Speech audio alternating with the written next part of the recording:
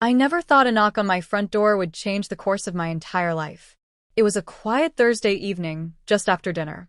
I was rinsing dishes while my spouse scrolled silently through their phone on the couch. We barely spoke these days. Our conversations reduced to scheduling chores or complaining about bills. The love hadn't disappeared completely, but it was buried beneath a pile of routines and responsibilities. That's when I heard it, 3 soft knocks. When I opened the door, there she was, my new neighbor. I'd seen her a few times before, always in passing, walking her dog, unloading groceries. Tall, composed, with eyes that seemed to see more than they should. That night, she looked flustered. "I'm so sorry to bother you," she said quickly. "My power's out and my phone's about to die. Could I maybe charge it here for a few minutes?" I hesitated, but only for a moment. "Sure, come in."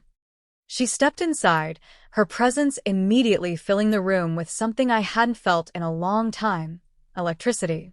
She was polite, grateful, made a few jokes about being cursed with bad luck. I smiled more in those 10 minutes than I had in weeks. She noticed. "You have a nice place," she said, scanning the framed wedding photos on the wall. "Married?" "Yeah." "7 years," I replied. She nodded. "That's impressive. These days, people barely make it past one." We talked for a while. About neighbors, weather, how awkward it is being new in town. My spouse never looked up from their screen when I returned to the living room, which made it easier to keep the conversation going. Eventually, her phone buzzed back to life. She smiled. "Thanks. You saved my night." "It's nothing," I said, but it didn't feel like nothing. Something had shifted. After she left, I sat down next to my spouse again. They didn't notice. I stared at the TV for a while, not really watching it. My mind kept circling back to the way she had looked at me. Warm, curious, like I mattered. That wasn't something I'd felt in a long time. And I hated how much I liked it. I told myself it was innocent, just a neighbor needing a hand. But even then, deep down, I knew that wasn't the whole story. I felt it in the way my heart sped up when I heard her laugh, in the way her perfume lingered in the room after she left. I went to bed that night pretending everything was normal, while something dangerous began to take root in my chest. As I lay there, staring at the ceiling next to someone who no longer really saw me, I replayed the knock, the conversation, her eyes. I should have let it go, but I didn't. Because that knock didn't just open the door to my house. It opened something in me I wasn't ready to face. After that night, things didn't go back to normal, not in my head. I found excuses to step outside more. Taking the trash out suddenly took 5 minutes instead of 1. I watered plants that didn't need it.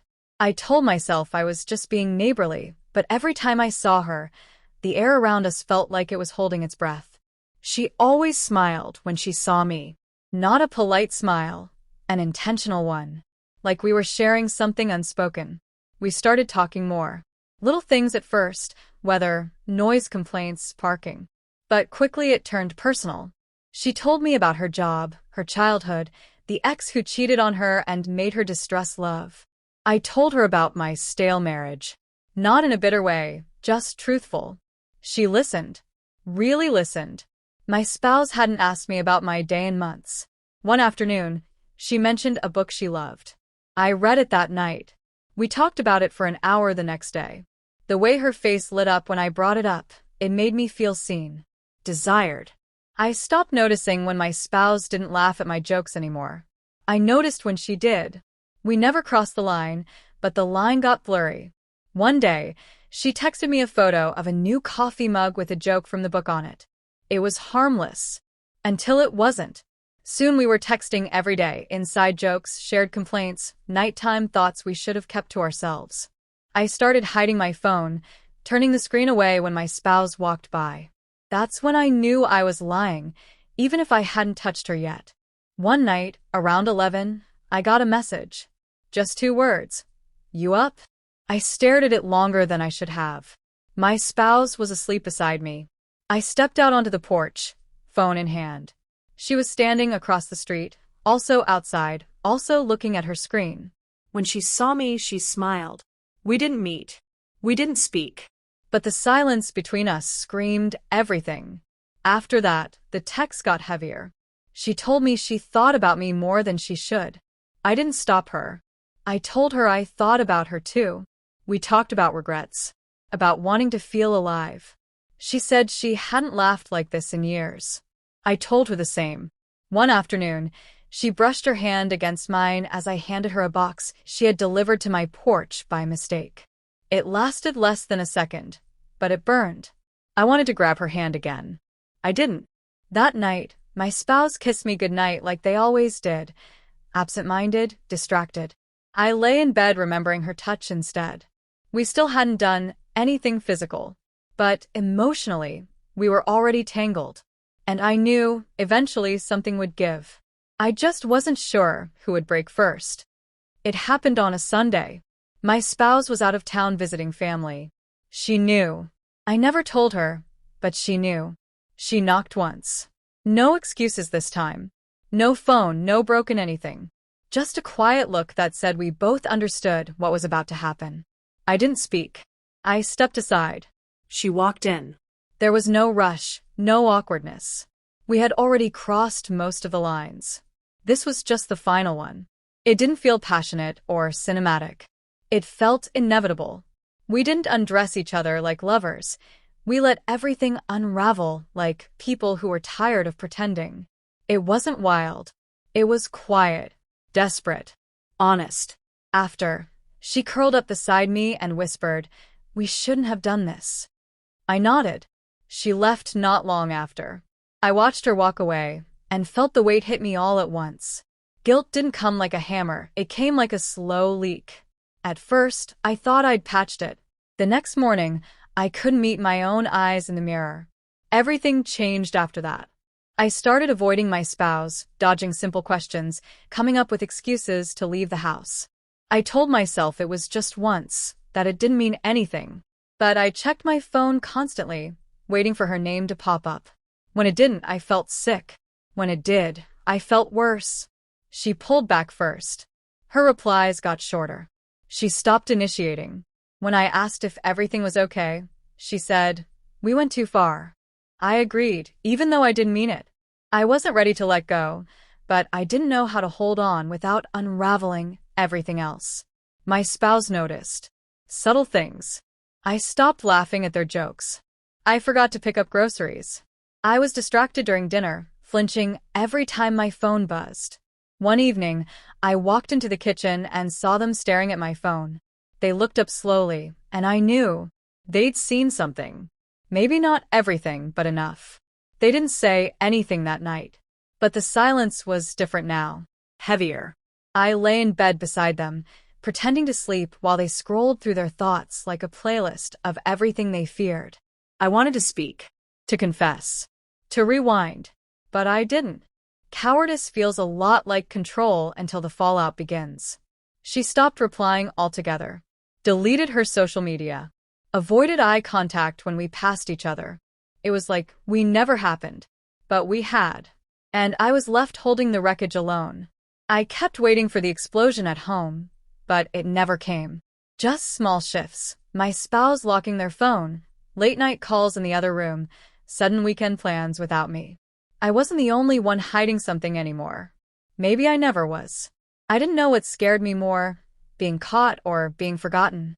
And, in the quiet space between both, I started to lose myself. I didn't have to confess. They already knew. One evening, my spouse sat across from me at the kitchen table with an expression I'd never seen before, completely empty. They slid my phone across the table. Open. The message thread was up. Nothing graphic, but enough to unravel the silence we'd built our lives on. "How long?" they asked. I didn't lie. "A few weeks." They nodded like they'd rehearsed it. Was it worth it? I couldn't answer that. I didn't even know what it was anymore. The attention? The escape? The version of myself I found in someone else's eyes? They didn't scream. They didn't cry. They just said they needed space. Packed a bag, left for their sisters. I stared at the closed door and realized that the worst part of betrayal isn't being caught. It's watching someone you love choose not to fight for you anymore. I texted the neighbor. One last time. They know. No response. I checked again an hour later. Still nothing. She had vanished from my life as quickly as she entered. No closure. No apologies. Just a quiet erasure, like she had edited me out of her story the moment it got too real. The house was too quiet. Every room echoed with everything I didn't say. I looked at our wedding photo on the shelf and couldn't decide whether to hide it or stare harder. We had been happy once. Or maybe we just thought we were. Days passed. Then a week. My spouse came back, not to reconcile, but to talk terms. Calm, composed, and utterly detached. They wanted counseling. I agreed. I would have agreed to anything. But I could already tell something had died in them. Something that wouldn't come back just because I said sorry. We sat in therapy like two people dissecting the corpse of a marriage. I tried to explain myself without sounding like I was making excuses.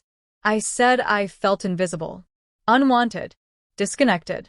They said they'd felt the same for years, but they chose not to cheat. That silence hit harder than any accusation. One day, during a session, my spouse said, "I think I grieved this relationship long before the affair." I nodded. I had too. We had both been mourning something neither of us admitted was gone. We didn't break up right away. We dragged it out. Hope is stubborn like that. But eventually, it ended with signatures, keys returned, and boxes packed with memories neither of us wanted but couldn't throw away. I live alone now. The neighbor moved out 2 months after. I never saw her again. Sometimes, I still expect a knock at the door. But nothing ever comes. People think affairs are about sex. They're not. They're about loneliness. About wanting to be seen before you disappear completely. If I could go back, I would choose differently. Not because I miss what I had, but because I lost who I was in the process of trying to feel alive again. And now, I live in the aftermath of a knock that never should have been answered.